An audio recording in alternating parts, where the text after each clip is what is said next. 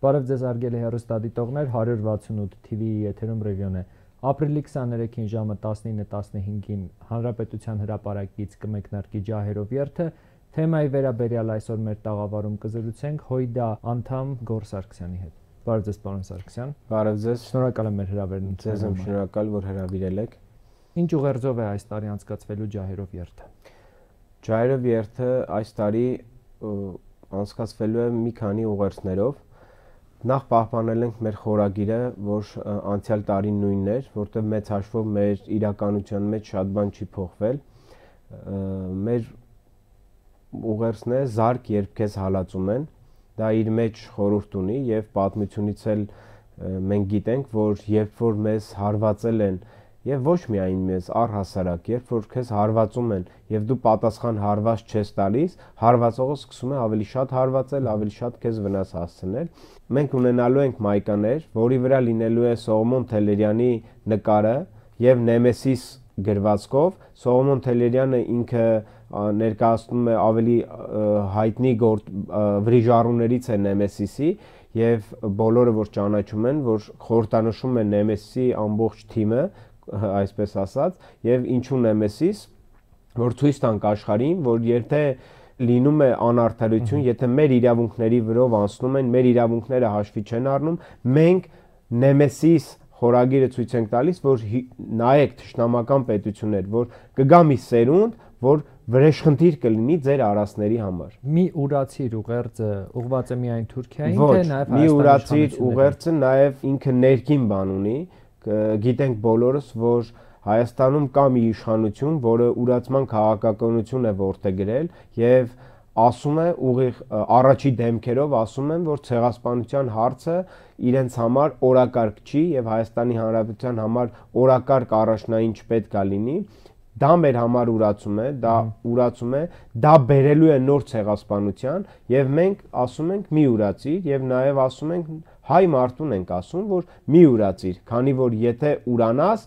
կբերի նոր ցեղասպանություն, որը որ եղավ Արցախում, մենք բոլորս տեսանք, փաստացի դա ցեղասպանություն էր, դա էթնիկ զտում էր, դա փոքր մասշտաբով, բայց այն էր, ինչ տեղի ունեցավ 110 տարի առաջ Արևմտյան Հայաստանում եւ խորքի մեջ դա նաեւ ուրացման արդյունք էր, որտեվ այս իշխանությունները ուրացան Արցախը, որը բերեց ցեղասպանության։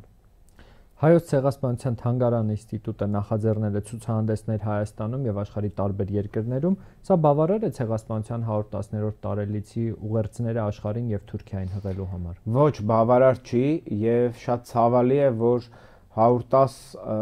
ամյակն է, որ ցեղասպանության լինում է եւ պետական մակարդակի գրեթե ոչ մի միջոցառում չի լինում։ Սա շատ ցավալի է եւ խորքի մեջ ջահերով երթը միակ պահանջատիրական միջոցառումն է, միակ պահանջատիրական քաղաքական ակցիան է, որ տեղի է ունենում հայ իրականության մեջ։ Դե ապրիլի 24-ը, երբ որ բոլորս գնում ենք Ծիծեռնակարբերդ եւ հարգանքի տուրք ենք մատուցում, դա ընդամենը հիշում ենք, հարգում ենք մեր զոհերին եւ ուրիշ ոչինչ չի խորհրդանշում, բայց պետական մակարդակի ոչ մի միջոցառում չկա եւ դուք էլ կտեսնեք, որ պետության ներկայացուցիչները չեն խոսում ցեղասպանությունից, չեն խոսում այս իրադարձությունից, որ տեղի ունեցել հայ ժողովրդի հետ, որի հետևանքները մինչև այսօր ես, դուք եւ մեր մնացած բոլոր հայրենակիցները, ճիշտ է 110 տարի է անցել, բայց դրա հետևանքները մինչև այսօր մենք կրում ենք մեր վրա եւ այս իշխանությունները փաստացի ուրանում են հայոց ցեղասպանությունը եւ Ինչքան էլ իրենք ասեն, որ մենք չենք հերքում, միգուցե չեք հերքում, բայց ուրանում եք եւ այդ հարցը դնում եք մի կողմի վրա, որը վաղը բերելու է նոր ցեղասպանության։ Սա ամենակարևոր հանգամանքն է, որ պետք է սրանք հասկանան, որ այսօր եթե մենք ուրացանք հայոց ցեղասպանությունը, երեք եթե մենք ուրացանք բերեց Արցախի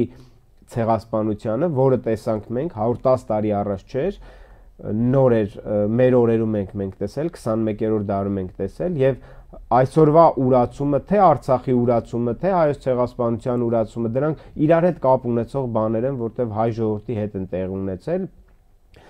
ու նույն պետության կողմից են, նույն պետությունների կողմից են, նույն ժողովուրդների կողմից են տեղի ունեցել, ուրացումը վաղը բերելու է կրկին ցեղասպանության։ Ինչ է սպասվում այս տարի ջահերով երթի ժամանակ։ Այս տարի ջահերով երթի ժամանակ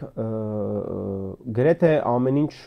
նույն է լինելու, սակայն մի տարբերությամբ։ Մասշտաբները, այսպես ասած, մենք այս տարի մեծացրել ենք։ Այս վերջի տարիներին լինում են մոտ 1000 ջահակիրներ։ Տարիներ առաջ ջահերով երթին միայն մասնակցում էին Հայաստանի Դաշնակցության երիտասարդական միության անդամները, 100, 200, 300 ջահակիր էինք ունենում, սակայն քանի որ մեր քաղաքացիներից պահանջը շատ էր, ցանկությունը շատ էր ջահակիր լինելու, վերջին տարիներին մենք հայտ էինք բացում եւ հայտով մարդիկ կարող են գրանցվել եւ գալ ջահակիր լինել։ Այս տարի այդ գործընթացը ավելի շուտ ենք նախաձեռնել եւ մասշտաբները փորձել ենք մեծացնել եւ այս տարի փորձելու ենք այնպես անենք, որպեսզի լինի 1500 ջահակիր եւ այդ թվին համարյա արդեն հասել ենք, որտեվ երեկոյան արդեն տվյալներով 1456-ի կարգի ջահակիր ունեինք մենք։ Դրա հիմնական ռեսուրսը մեր ռեսուրսն է, սակայն 500-ից ավել մարդիկ, երիտասարդներ հիմնականում գրանցվել են եւ ջահակիր են լինելու, որը շատ կարեւոր է եւ աննախադեպ է եւ ամեն տարի մի կարեւոր բան ասեմ, որ գրանցվողների թիվը աճում է։ Արդեն այս 3-րդ թե 4-րդ տարին է, որ հայտ ենք բացում, այս տարի ամենաշատ գրանցվածներն են, որը շատ կարևոր է, մարդիկ ցանկություն ունեն գան, պահանջատիրական ջահը վերցնեն եւ իրանք մաս կազմեն այս միջոցառմանը եւ երիտասարդներ հիմնական, որը կարծում եմ, որ շատ կարեւոր է։ Կանթեղներ ենք բաժանելու, ամեն տարի բաժանում էինք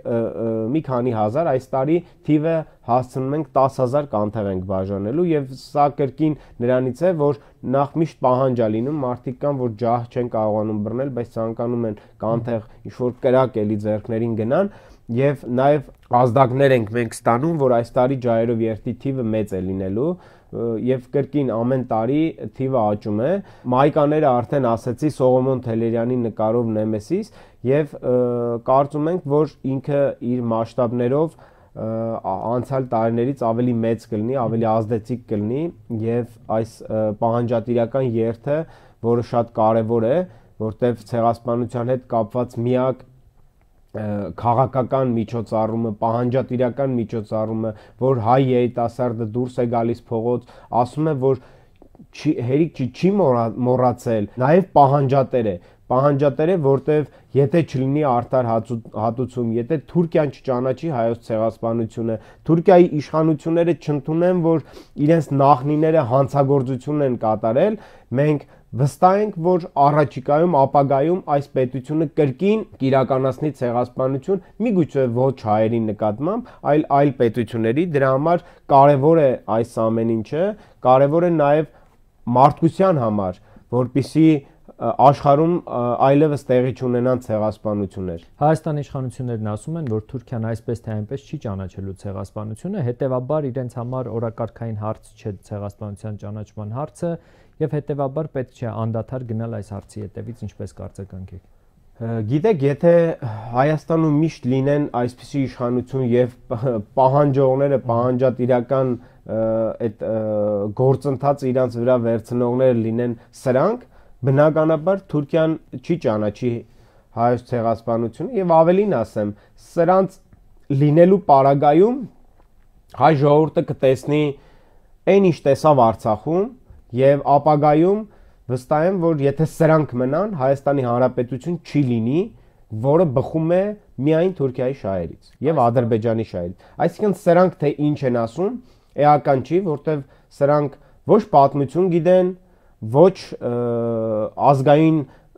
ինչ-որ մի sense զգացողություն ունեն, ոչ պահանջատիրություն ունեն, սրանք Արցախը հանձնել են Ադրբեջանին։ Ձեզ են մեղադրում հիմա Դաշնակցությանը եւ նախկին իշխանություններին։ Նորմալ է, որտեվ Դաշնակցությանը նաեւ մեղադրում է Թուրքիան, Դաշնակցությանը նաեւ մեղադրում է Ադրբեջանը, եթե օրինակի համար տեսնեք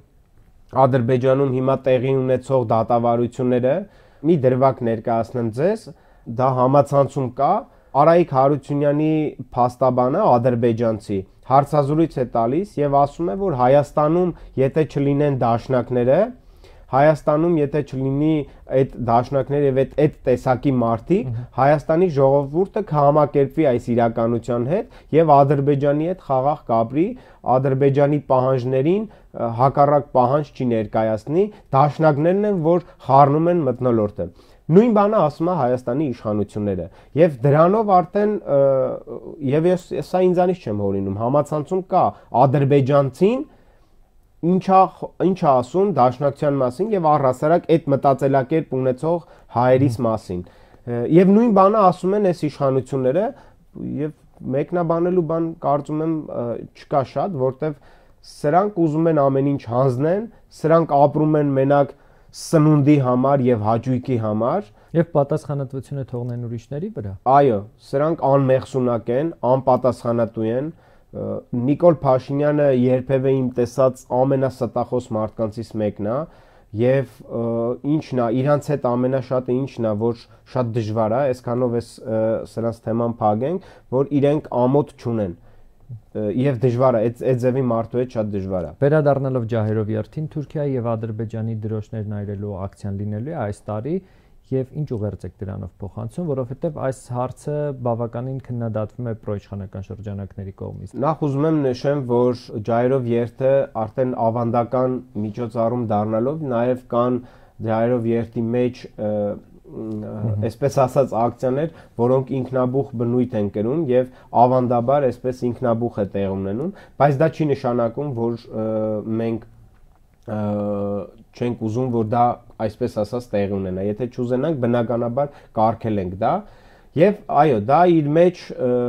իր մեջ խորհուրդ ունի, դա ակցիա է։ Սա ցույց է տալիս, որ մերժում ենք մենք այն պետությանը, որը այս դրոշը կրում է եւ այս դրոշը կրելով հայոց ցեղասպանությունն է իրականացրել եւ ասում ենք, որ այս պետության սիմվոլը այրելով մենք մերժում ենք այդ պետության քաղաքականությունը եւ քանի դեռ Թուրքիան չի ճանաչել հայոց ցեղասպանությունը, չի ընդունել, որ հանցագործություն է կատարել հայերի նկատմամբ եւ շատ կարեւոր է, դա քաղաքական քայլ է եղել։ Ցեղասպանությունը երբ որ մեր հանդեպ արել են, դա հստակ քաղաքական քայլ է եղել, այնպես չի եղել, որ ուղակի մեզ չեն սիրել, դրա համար մեզ սպանել են։ Դա քաղաքական քայլ է եղել եւ այսօրվա Թուրքիան կայացել է հայոց ցեղասպանության արդյունքում։ Ես վստահ եմ, որ եթե հայոց ցեղասպանություն չիրականացնեին, այսօրվա Թուրքիան չէր լինի այն, ինչ որ կա։ Ես դա վստահ եմ եւ դրանով մենք մերժում ենք այսօրվա Թուրքիային, ասելով, որ ձեր դրոշը այրելով մենք մերժում ենք ձեր պետությանը, քանի դեռ դուք չեք ճանաչել հայոց ցեղասպանությունը, որտեղ ձեր պետությունը մարդկային հանցագործության արդյունքում է կայացել։ Նիկոլ Փաշինյանն էլ ասում է, որ թշնամանքը հավերժ չի շարունակվելու։ Այո, կան կնճռոտ հարցեր, այդպես է ասում, բայց պետք է փորձել հարևաններ ենք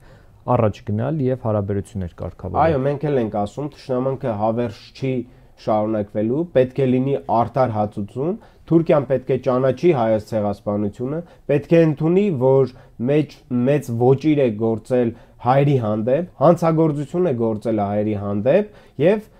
դրանից հետո արդար հատուցումից հետո բնականաբար մենք էլ հավերժ թշնամանք չենք ցանկանում, մենք էլ ենք հասկանում, որ պետք է շփվես, հարաբերվես քո հարևանների հետ, որտեվ մեր այս տարածաշրջանը աշխարհագրությունը չենք կարող փոխել, ունենք հարևաններ, որոնց հետ պետք է շփվել, բայց դա չպետք է լինի մեր ինքնասիրության հաշվին, դա չպետք է լինի ուրացման հաշվին, դա չպետք է լինի մեր անցյալը մոռանալու հաշվին, դա չպետք է լինի մեր ապագան թրքացնելու հաշվին, եւ դա պետքա լինի արժանապատվորեն, դա պետքա լինի հատուցմամբ եւ Թուրքիան պետքա առերեսվի նրա հետ ինչ որ արել է, մենք դա ենք ընդհանրապես ասում, որտեղ մենք ունենք ազգային արժանապատվություն եւ մենք հասկանում ենք, որ Նիկոլ Փաշինյանը դա չի հասկանում, իրենք ապրում են մենակ իրենց համար, իրենց մաշկի համար են ապրում, ապագա սերունդների համար չեն ապրում։ Եվ մենք իրավունք չունենք սերունդների իրավունքը ոտնահարել, որտեղ այսօր միգուցե մենք չենք կարողանում հասնել արդար հատուցման, բայց վաղը միսօր մեր սերունդները միգուցե կարողանալու են եւ այդ պահանջատիրական ջահը մենք պարտավոր ենք վառ պահելու, որպեսզի մի օր լինի արդար հատուցում։ Վտանգ չկա, որ իշխանությունները կփորձեն որևէ կերպ խոչընդոտել ջահերով երթի անցկացմանը, եւ եթե ոչ այս տարի, ապա օրինակ հաջորդ տարի կամ եթե վերընտրվեն դրանից հետո արգելք դնեն առհասարակ ջահերով երթի անցկացման, որովհետեւ ցանկացած նման գործընթաց նրանք համարում են վնաս խաղաղությանը։ Այս իշխանություններից, այս տեսակ հարցերից միանշանակ միշտ վտանգ կա, որտեվ այս իշխանությունների բոլոր գործողությունները սպասարկում են թուրք-ադրբեջանական շահերը, հատկապես այն, ինչ վերաբերում է արտաքին քաղաքականության հետ, եւ ջահերով երթին շատ մեծ ուշադրություն են դարձնում միշտ Թուրքիան, հատկապես Թուրքիայում նաեւ լուսաբանվում են, մեկնաբանում են, որ Հայաստանում, տեսեք, այրվում է Թուրքիայի դրոշը եւ այլն, եւ մեծ հաշվով այս երթը Թուրքիայի դեմ է եւ նաեւ աշխարհին ենք մենք ցույց տալի, արտաքին ուժերին ենք նաեւ հիմնականում ցույց տալիս, որ Հայաստանում կան երիտասարդներ, կան մարդիկ եւ քիչ չեն այդ մարդիկ, որոնք պահանջատեր են եւ որոնք չեն մոռացել ցեղասպանությունը եւ պահանջ ունեն Թուրքիայից, եւ սա շատ կարեւոր հարց է Թուրքիայի համար, շատ կարեւոր հարց է։ Դրա համար ես վստահ եմ, որ Թուրքիան է ստիպել Հայաստանի իշխանություններին, որպեսզի ցեղասպանության հարցը առաջի օրակարգից հետ մղեն եւ առհասարակ հանեն իրենց առաջնահերթությունների ցանկից, վստահ եմ, որ Թուրքիան է դա պահանջել եւ որտեվ Թուրքիայի համար շատ կարեւոր հարց է ցեղասպանության հարցը, Թուրքիան համոզված է, գիտի, որ իրենք եթե ցեղասպանություն չանեին, դա հստակ քաղաքական հարց է եղել հայերի հանդեպ, հայերի հարցը իրենց տարածքում լուծելու միակ տարբերակը բնաջնջելն էր հայերին, իրենց տնից հանելն էր եւ այդ հարցը կարեւոր է իրենց համար, որպեսզի մոռանան, որտեվ իրանք գիտեն պայքարն ինչ բան է, գիտեն պահանջատիրությունը ինչ բան է եւ վաղը միսօր կարող է դա իր պտուղները տա, դրա համար ստիպում են այս իշխանություններին, որպեսզի մոռանան այս հարցը փակեն։ Ես ասեմ, որ ցեղասպանության հարցը ավելի կարևոր հարց է Թուրքիայի եւ Ադրբեջանի համար, քան Արցախի հարցը։ Ես վստահ եմ դրա մեջ։ Եվ սրանք իրար հետ կապ ունեցող բաներ են, եւ եթե մենք այսօր մոռանանք ցեղասպանությունը, մոռանանք Արցախը, մենք վաղը կարող է Նիկոլ Փաշինյանը եւ իր տեսակ ասի, եկեք մի բան մոռանանք, որ մենք հայ ենք, եկեք մի բան մոռանանք, որ մենք իյան ենք, որտեվ մի քիչ գրգռվում են մեր թշնամիները, մեր հարևանները, որ իրենց կողքերը հայ են ապրում, որտեվ իրենք ամեն դեպքում մտածում են, որ հայերի մեջ կարող է պահանջատիրություն լինի, այսինքն այս մարդիկ ամեն ինչ սпасելի է այս մարդկանց։ Իդեպ այս թեման շարունակելով կարծիքներ եմ լսել, որ մարդիկ վախենում են Նիկոլ Փաշինյանի այս տարվա ուղերձից, որովհետև ասում են ինչպես նախկինում սպասում էինք, թե Միացյալ Նահանգների օրինակ նախագահ կարտաբերի ցեղասպանություն բառը թե ոչ, ապրիլ 24-յան իր ուղերձում, հիմա նույն իրավիճակը կա Նիկոլ Փաշինյանի դեպքում, մարդիկ վախենում են, որ նա գուցե արդեն ցեղասպանություն բառն էլ չարտաբերի, այս առումով դուք ինչ եք սպասում Նիկոլ Փաշինյանից։ Գիտեք, Նիկոլ Փաշինյանը այնքան բան է արել արդեն, որ Նիկոլ Փաշինյանից վախենալ պետք է, քանի որ Հայաստանի ղեկավարը Նիկոլ Փաշինյանն է, ամեն դեպքում պետք է վախենալ, որտեղ ամեն րոպե, հեսա մենք մեր հարցազրույցը կարող վերջացնենք, դուրս գանք, տեսնենք ինչ-որ մեծ աղետ է էլի բերել մեր գլխին, այդ առումով կարելի է վախենալ, բայց առհասարակ որ վախենալ, որ ինչ-որ բան կարտահայտի, զուտ պետքա սպասել, որ կարտահայտի, ոչ թե վախենալ, այլ ամեն րոպե պետքա սպասել, թե Նիկոլ Փաշինյանը եւս ինչ հակահայկական թեզ կնետի դաշտ։ Դա պետքա սպասել, ոչ թե վախենալ, որտեվ սպասելի է այդ մարդուց, բայց ամեն դեպքում շատ խոսացինք այս իշխանություններից, ուզում եմ ամեն դեպքում նշեմ, որ ջահերով երթը ներքաղաքական միջոցառում չի, ջահերով երթը ուղղված չի Հայաստանի իշխանություններին, բնականաբար մենք մեր այս տեսակ հարցազրույցների, մեր խոսքի մեջ անդրադառնում ենք ուրացման քաղաքականությանը, բայց ամեն դեպքում ջահերով երթը ուղղված չի այս իշխանությունների դեմ, ջահերով երթը ուղղված է Թուրքիայի դեմ, ջահերով երթը մեսիջ է, ուղերձ է նաև աշխարհին, որ հայ երիտասարդը, հայ մարդը պահանջատեր է, հայ մարդը պահանջում է արդար հատուցում, որպեսզի չլինի այն, ինչ որ եղավ Արցախում։ Այսօր շատերը կարող ասեն, որ Արցախ են կորցրել, դուք ինչ պահանջատիրություն եք անում, այո, բնականաբար առաջի հանգրվանում մենք պետքա վերադառնանք Արցախ։ Եվ բոլորը իրար հետ կապ ունեն, որտեղ նույն պետություններն են մեր հանդեպ արել ցեղասպանություն եւ վստահ եմ, որ եթե օրինակ 10 տարի առաջ, 15 տարի առաջ Թուրքիան ճանաչեր հայոց ցեղասպանությունը եւ մենք հասնեինք նրան, որ Թուրքիան ճանաչում է հայոց ցեղասպանություն եւ արդար հատուցում է լինում, ես վստահ եմ, որ Արցախում էթնիկ զտում չէր լինի։ Ինչու պետք է մասնակցել ջահերով երթին այս տարի։ Ջահերով երթին պետք է մասնակցել, որպեսզի ցույց տանք, որ մենք այն ինչ մեր հետ տեղի է ունեցել, մենք չենք մոռացել եւ մենք ուղակի չենք ողբում դրա մասին, մենք լացը, սուքը մի կողմ ենք դրել եւ մենք պահանջատեր ենք, որտեղ մենք ունենք արժանապատվություն, մենք ունենք ազգային գիտակցում եւ պահանջատիրության ջահը ձեռքներից մենք գնում ենք Ծիծեռնակաբերդ, նաեւ մեր 1.5 միլիոն զոհերին ենք ինչ որ մտովի ասում, որ մենք չենք մոռացել այն, ինչ ձեր հանդեպ արել են եւ մենք պահանջում ենք, որպեսզի արդար հատուցում լինի եւ շատ կարեւոր է, որ հայ մարդը այդ օրը դուրս գա եւ սա միայն Դաշնակցության, երիտասարդական միության, միայն Դաշնակցության միջոցառումը չի, սա մեզանից արդեն դուրս է եկել եւ շատ լավ է, որ այդպես է, որտեղ մենք մեր նպատակը նաեւ դա է եղել եւ նաեւ դրա պատճառով էր, որ դրա համար է, որ մենք ջահակիրների հայտ ենք բացել եւ ցանկանում ենք մեզանից դուրս լիքը շատ տարբեր երիտասարդներ մասնակցեն եւ մենք խնդիր չունենք թե ով կգա ջահերով երթին մասնակցելու ես կոչ եմ անում բոլորին բոլոր քաղաքական ուժերի երիտասարդական միություններին բոլոր երիտասարդական կազմակերպություններին ուսանողական միություններին բոլորին գալ եւ մասնակցել ջահերով երթին մենք բացարձակ խնդիր չունենք թե այդ հրապարակում ով կկանգնած լինի ով կգա եւ մեր օրակարգի մեր դրած օրակարգի ջահերով երթի պահանջատիրական այս միջոցառման երթինք մասնակցի, միջոցառմանը կմասնակցի, մենք այդ մարդու հետ խնդիր չունենք։ Թեկուզ մեր քաղաքական հակառակորդները։ Պրոիշխանական շրջանակները երբևէ մասնակցել են վերջին տարիներին ջահերով երթին։ Վստահ եմ, որ ոչ, եւ այնպես են անում, որ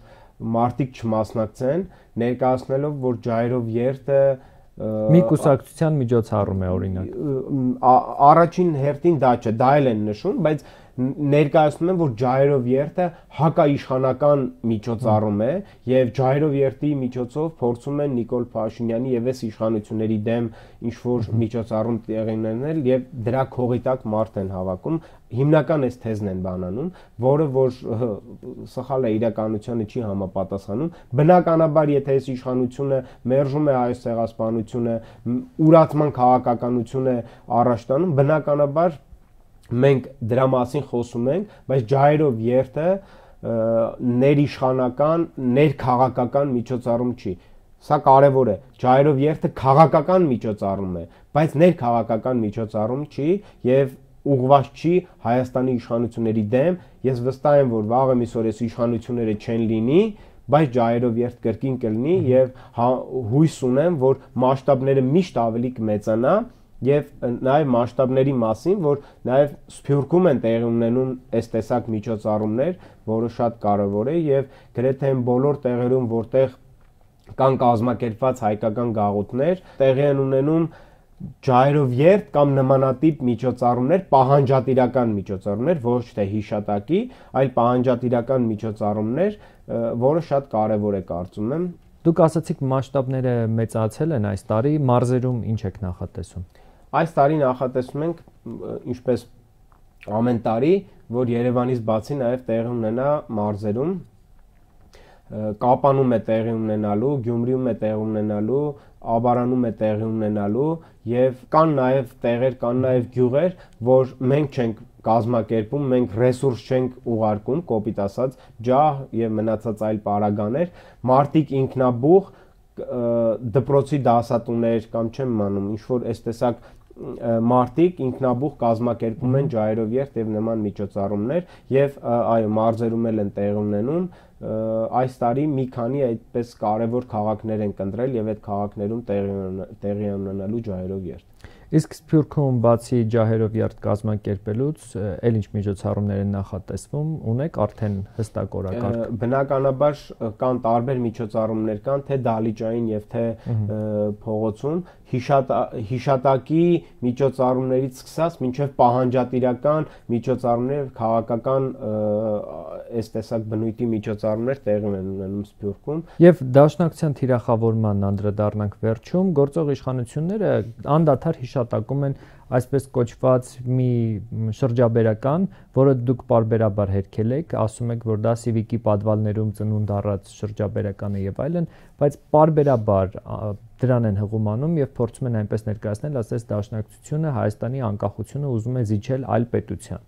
Ինչպես կարծեգանք եք, ինչու է այս շրջաբերականի թեման դեռևս ակտուալ իշխանությունների խոսույթում։ Դաշնակցությանը մեղադրել, որ Հայաստանի անկախության, Հայաստանի ինքնիշխանությանը դեմ են, դա ուղղակի աբսուրդ է, որտեղ դաշնակցության էությունը հենց անկախությունն ու ազատությունն է, եւ ազատ անկախ միացյալ Հայաստանը մեր ծրագրով ամրագրված է։